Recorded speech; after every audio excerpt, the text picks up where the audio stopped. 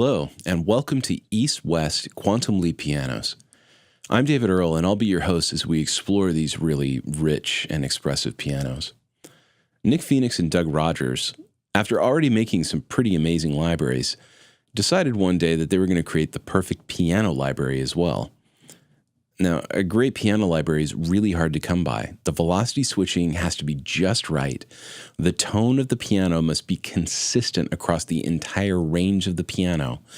And to capture the piano correctly, it has to be recorded at all kinds of dynamic ranges with different articulations. Nick and Doug took on this monumental task with engineers Ken Scott, Reese Moody, and Beau Fletcher to create an amazingly well-programmed and recorded library of pianos. The Quantum Leap pianos took over 18 months to develop.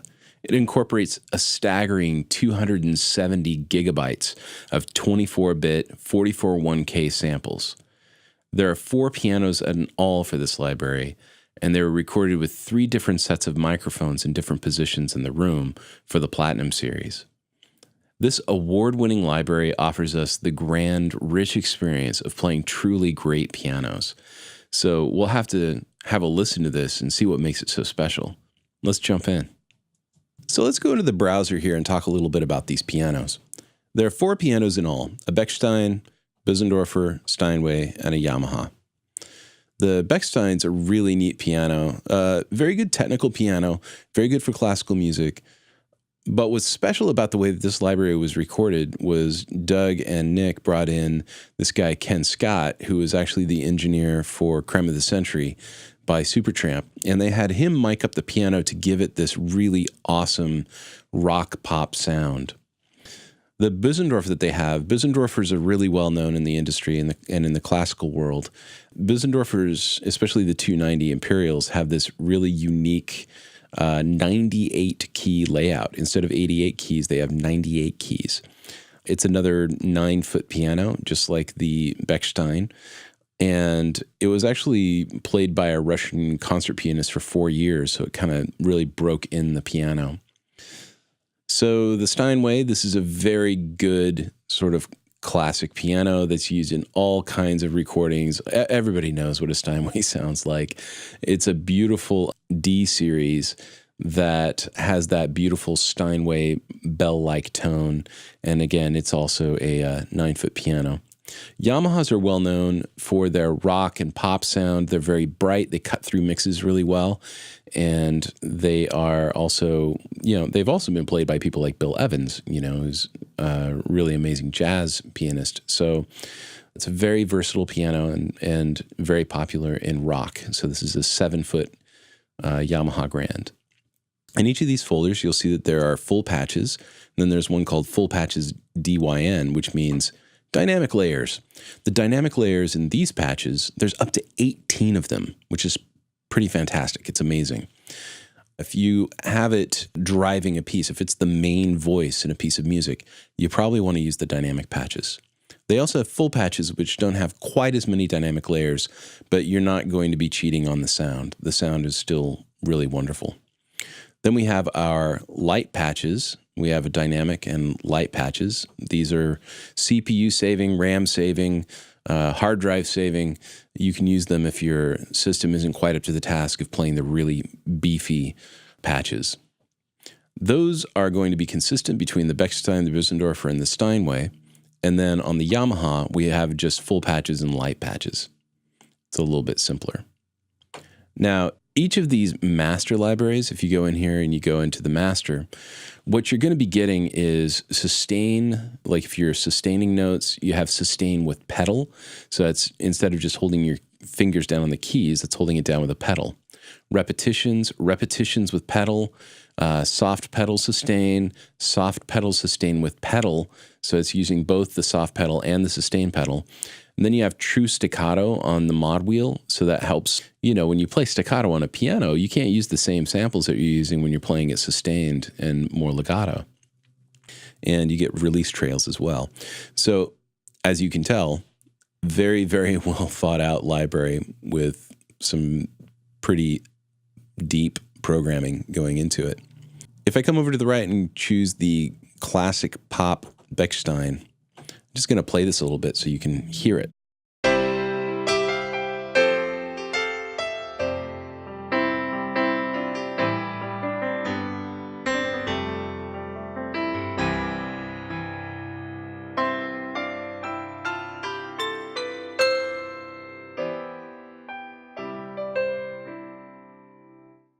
Really amazing how they were able to keep that so consistent across the entire range of the piano.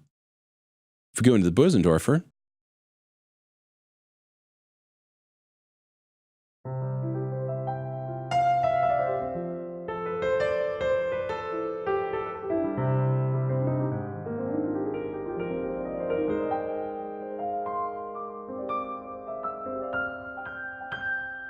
so as you hear, the Bösendorfer has a much warmer tone, a beautiful, warm, romantic tone.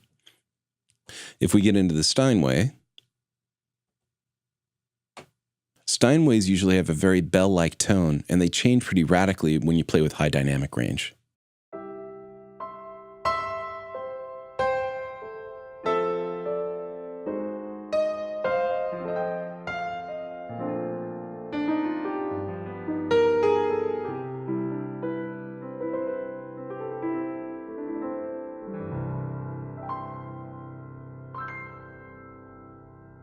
So it's got that beautiful bell-like tone of the Steinway, but it also will change its timbre when you dig on it.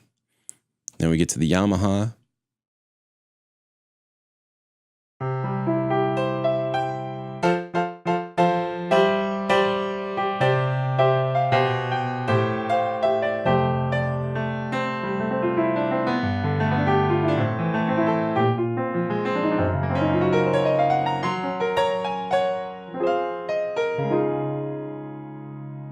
Also very beautiful, and it has that brightness that we come to expect from Yamaha. Okay, now that we've kind of checked out the libraries, I'm going to go back to the Bechstein. And let's check out the player. When I flip over to the player, once again, we have a customized view of the play engine that's dedicated to this instrument. On the upper left-hand side, we have our MIDI settings, but we also have sensitivity. So MIDI keyboards are usually 0 to 127 in MIDI control of velocity. If we click and hold and move this, you can see that instead of just a linear line of 0 to 127 with velocity, we can change the sensitivity so that it can become more responsive as we pull up, and it can have a little less, I wouldn't say responsive, but I'd say that it would have a slightly different curve as we play in velocity. Below that, we can show the articulations. So these are the different sets of samples that are making up the sound. So we have sustain, sustain pedal, true repetition, and then repetition on pedal. Below that, we have a visual representation of an envelope. So even though it's a piano, which is a percussion instrument, we can turn the attack up, and we can get some interesting sound design.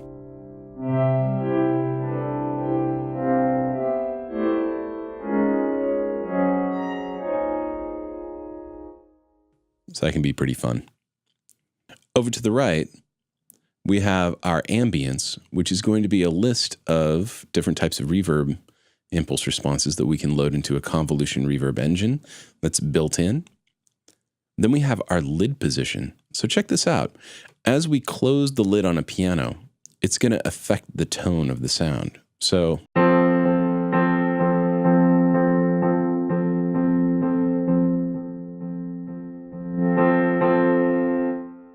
fully closed to fully open, we change the sound. Pretty cool. Below that, we have our microphone setup. If you're running the Gold series of Quantum Leap pianos, you'll have the player position. But if you're running Platinum, you can choose close and room mics as well. What's interesting about loading these mic positions is that you're loading a whole different set of samples. This is not some kind of impulse response or any kind of effect that's going on. These are actual mic positions that were used when the piano was originally recorded.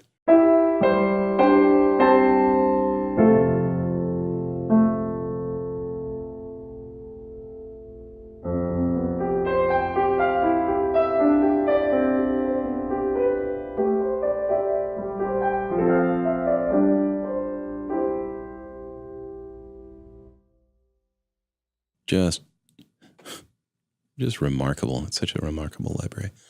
You can pan them as well. You can have some fun with that. If we go into the mixer, you can see that the mixer shows us the close, the player, and the room as different faders. So we can solo different mic positions if we like. We can mute them. So if I wanted just the room,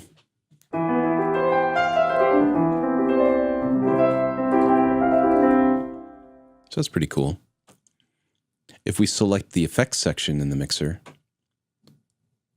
we get an SSL channel strip, convolution reverb, and the SSL bus compressor. Above that, we also have an amp simulator and Omicide. So we have these beautiful, pristine pianos, but if we want to, throw them through a guitar amp. Why not?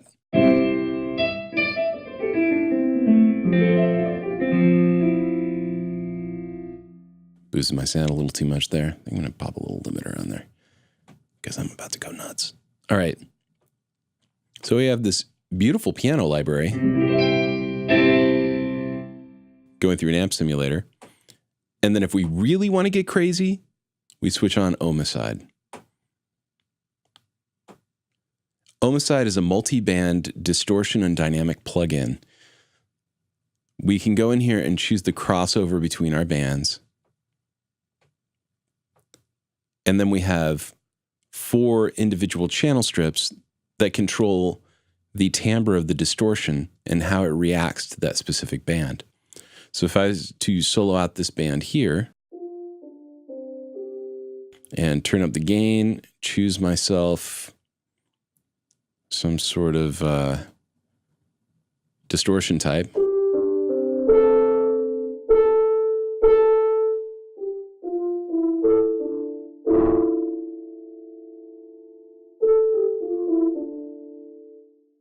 And then I'll solo the highs. Choose myself a different distortion type.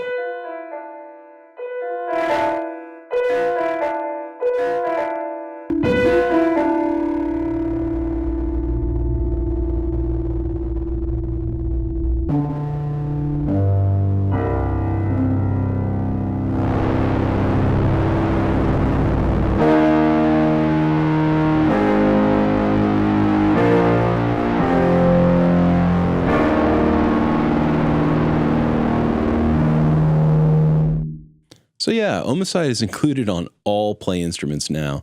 Any library that you have, you can add Omicide to, and it's a favorite of Skrillex, Armin van Buuren, Trent Reznor. Anybody who likes the darkness loves Omicide. And even though we have these beautiful, pristine pianos, you can rough them up if you like. Throw them through the amp simulator, which gives us any amp model you want with any microphone. You can add drive, and you can add your EQ. You can add it pre or post SSL channel strip. Then we have Omicide. We have these beautiful, I love the SSL channel strip. This is just amazing. You pop this on and you get an SSL G or E EQ. You get your dynamics. You get a compressor and a gate. You have transient shaping, convolution reverb, and a bus compressor. These are also included on all Play libraries. It's just amazing how much control you have over the sound. Not only do you get the different mic positions and have these faders, but if we go into the mixer and go to effects, we can also apply all of these effects as well. The possibilities are pretty much endless. So that's basically pianos. And I hope that you explore the pianos and have a lot of fun playing with them. I think they're very inspiring as a library. I know that when I sit down and I start playing on this library, I get the same sort of feeling I get playing on a real piano. And I hope you do too. So check it out, have fun, and I'll see you on our next cartoon. Ciao.